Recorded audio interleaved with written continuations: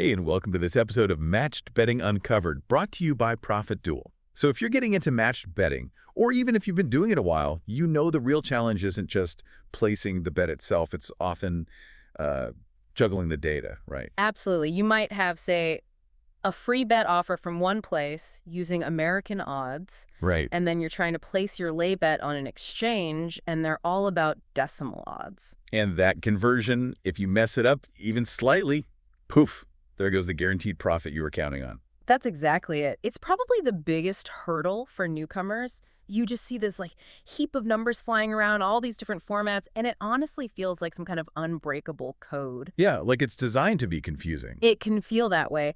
But really, these numbers, the betting odds, they're just guides. They're telling you two key things. What the sportsbook thinks the probability of something happening is the implied probability, and, crucially, how much you'll get paid out if you win. And getting that relationship clear, probability and payout, that seems fundamental if you want to actually lock in profit reliably with matched betting. Minimize the risk. Precisely.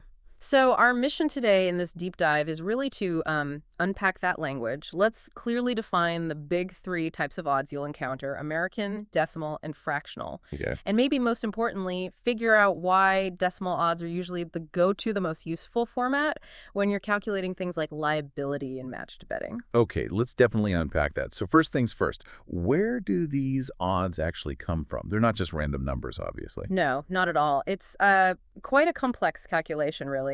Sportsbooks assign these predetermined odds based on a whole load of factors. Like what? Oh, team form, player form, previous results between the competitors, home advantage is a big one. Sometimes even things like the weather forecast can play a part. So they're crunching all that data to estimate the chances. Exactly. It gives them and us their perceived probability of who's likely to win. Which means the odds are really just probability translated into numbers. But, like you said, we see that translation happen in different ways depending on maybe where you are or what platform you're on. American, decimal, fractional. That's the key. They all essentially point to the same underlying probability, but they frame the payout, the money side of things, quite differently. And understanding how each one calculates profit versus the total return, that's vital. Got it. So let's tackle the American odds first. Moneyline odds, you often hear them called. Big in the U.S., famous for those plus and minus signs. What's the main thing to grasp here? What do those symbols tell us right away? Yeah, the plus and minus are your instant clues about who's favored. The minus sign always flags the favorite. That's the outcome the sportsbook thinks has a higher probability of happening. Okay, minus is favorite. And the plus sign, plus, represents the underdog. Lower probability, generally, but a higher potential payout if they pull it off. Right. And this is where it gets really interesting, especially if you're just learning. The actual calculation behind those numbers is different depending on the sign, isn't it? It is. Let's take the favorite, the minus number. Say you see odds of -150. That number tells you exactly how much money you need to get to win $100 in profit. So for Magic 150, I risk $150. To make a $100 profit, exactly. Yeah. It shows you the upfront risk needed for a set return on the likely winner. Okay. And then the flip side, the underdog, the plus sign. With the plus sign, say it's plus 150, that number tells you the profit you could make if you bet $100. Okay. So a $100 bet at plus 150 wins me a $150 profit. Correct.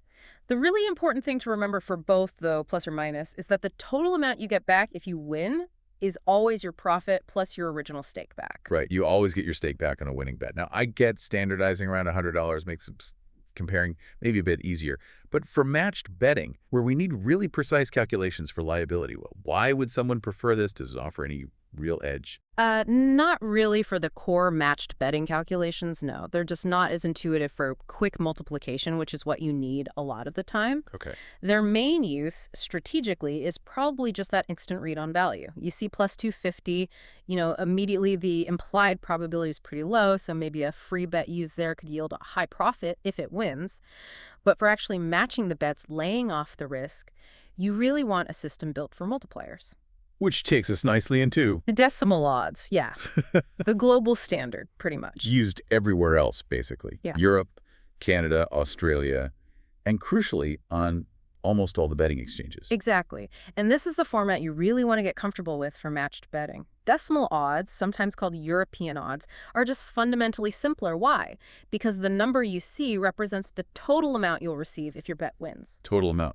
Including the stake. Including the stake. Always. It's baked right in. Okay, so if I see odds of, say, 2.50. Yep. And about $10. You just multiply.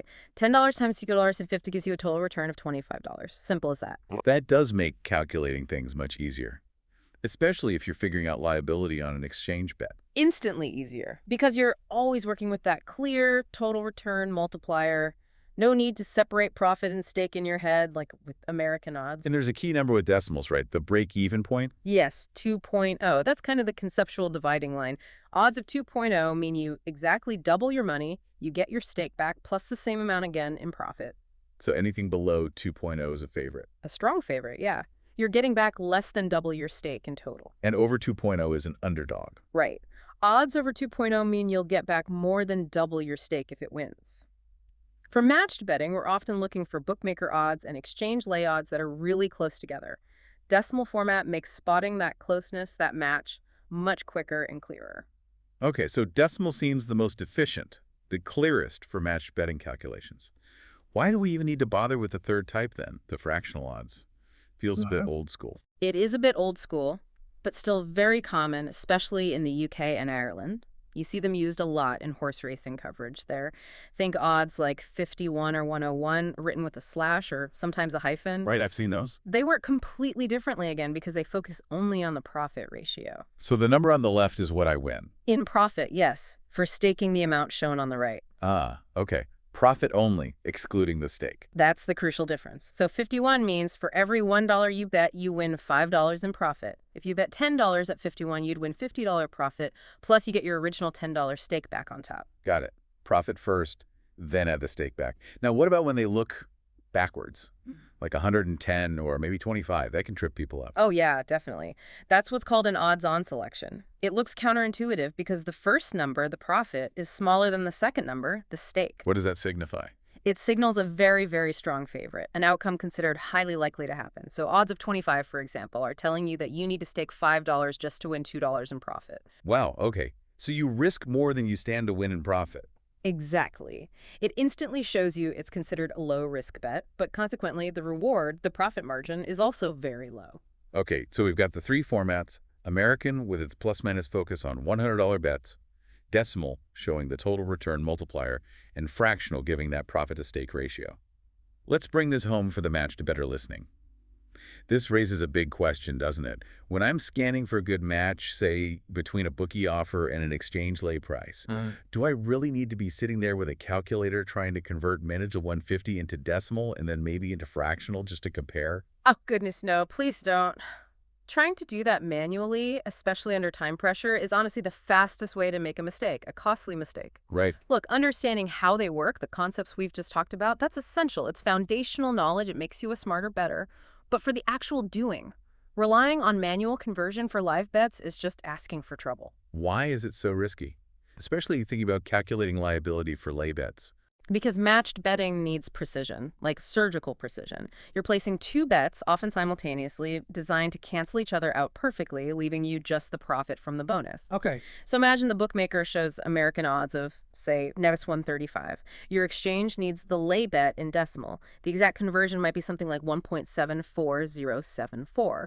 If you manually round that to 1.74, maybe 1.75. That small difference could add up. It absolutely can. It might only be pennies or cents on one bet, but do that hundreds of times, especially with larger stakes, and you're just leaking value, eroding your profits unnecessarily due to tiny rounding errors. And just the time it would take. Comparing multiple bookies, multiple markets. Right. Manually converting everything would be a nightmare. Exactly. It's inefficient and prone to error, and that's precisely why tools like an odds converter are basically indispensable for serious matched betting. Okay, talk about those. How do they help? Well, they remove the guesswork and the manual math entirely.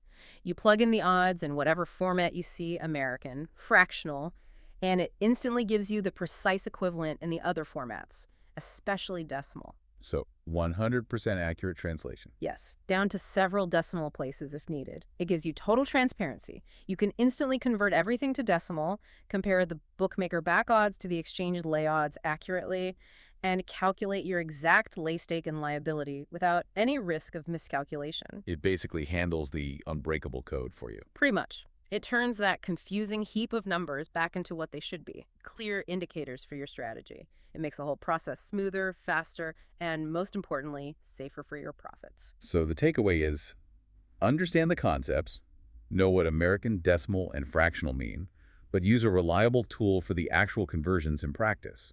Focus on decimal as your standard for comparison and calculation. That's the core message. Know the why behind the numbers, but let technology handle the how of conversion. And maybe one final thought to keep in mind as you get more experienced. Yeah. Remember that odds aren't set in stone. They change constantly. You'll see them move sometimes just minutes before an event starts. Right, based on new information or betting patterns. Exactly. Maybe a key player gets injured in the warm-up, or there's a sudden surge of money betting on one side. Think about why those odds might be shifting when you see it happen. It's a dynamic reflection of how that perceived probability is changing in real time. Understanding that dynamic beyond just the basic calculation, that's what can really elevate your game. That's a great point to end on. Understanding the story the odds are telling, not just the numbers themselves. That's it for this episode. Thanks for listening, and we'll see you next time.